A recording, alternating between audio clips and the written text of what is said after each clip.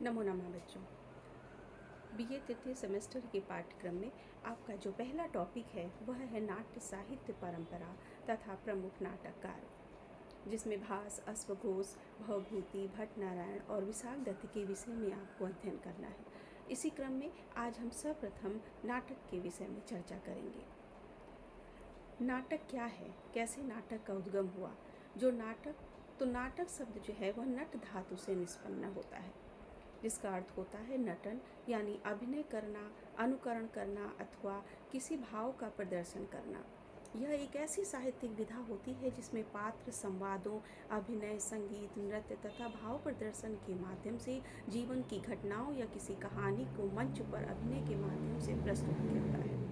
और यही नाटक जब दृश्य अर्थात चक्षु इंद्रियों का विषय हो जाता है तो वह रूप कहलाता है, और यहाँ रूप का आरोप होने के कारण वह रूपक हो जाता है। काव्य के दो भेद होते हैं, श्रव्य काव्य और दृश्य काव्य। दृश्य काव्य वो होते हैं जिसमें पढ़ने के साथ साथ उसका अभिनय भी किया जाता है। दृश्य काव्य के भी दो भेद होते हैं, रूपक और उपरूपक। और साहित्य की सभी विधाओं में रूपक को श्रेष्ठ माना गया है, क्योंकि देखी हुई विषय वस्तु किसी भी व्यक्ति पर अपनी गहरी छाप छोड़ती है।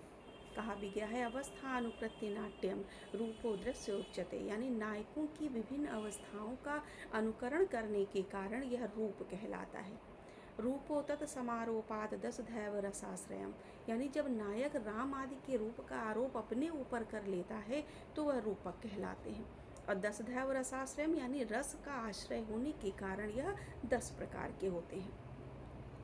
नाटक की श्रेष्ठता सिद्ध करते हुए भरत मुनि कहते हैं न तज्ज्ञानम न तत्शिल्पम न स विद्या न स कला न स योगो न तत्कर्मम नाट्य अस्मिन् न विदृश्यते, अर्थात ऐसा कोई ज्ञान, कला, विद्या अथवा कर्म नहीं है जिसका समावेश नाटक में न हुआ हो।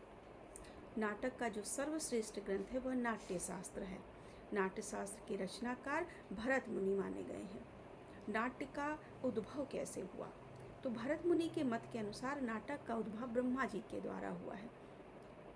भारतीय परंपरा के अनुसार जितने भी शास्त्रीय विषय हैं उनका उद्गम वेदों से माना जाता है और उनका संबंध देवताओं से जोड़ा गया। तो नाटक की उत्पत्ति के संबंध में भरत मुनि का एक दैवीय सिद्धांत प्राप्त होता है कि वैवस्वत मनवंतर के त्रेता युग के प्रारंभ में जब देवताओं और राक्षसों के मत द्वंद्व हुआ करते थे तो लोग काम, क्रोध, लोभ, मोह, ईर्ष्या एवं सुख दुख आदि से अभिभूत हो गए। तो उस समय इंद्र आदि देवताओं ने ब्रह्मा जी के पास जाकर निवेदन किया कि हे भगवान, हम लोगों को ऐसा माध्यम प्रदान करें जिससे हम सबका मनोरंजन हो जाए और सभी वर्णों और आयु के जो लोग हैं उन्हें शिक्षा भी प्राप्त कर सकें। तब ब्रह्मा जी ने चारों वेदों का स्मरण करा और उनके सार को लेकर पंचम वेद की रचना की।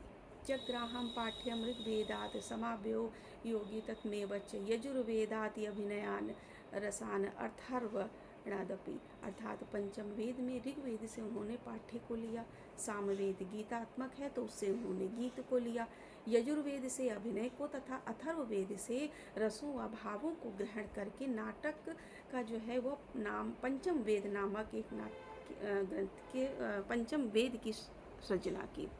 अब ब्रह्मा जी ने नाट्य ग्रंथ की रचना तो कर दी, अब उसे फलीभूत कैसे हो। तब फिर उन्होंने भरत मुनि को नाट्य की शिक्षा दी और भरत मुनि ने उस ज्ञान को लिपिबद्ध कर नाट्य शास्त्र नामक ग्रंथ लिखा। अब नाटक के उद्भव के संबंध में और भी मत या सिद्धांत प्राप्त होते हैं, जैसे संवाद सूक्ति का सिद्धांत है, वीर पूजा का सिद्धांत है, पुतलिका सिद्धांत है, छाया नाटक सिद्धांत है, प्रकृति परिवर्तन सिद्धांत है, मेपोल नृत्य सिद्धांत है।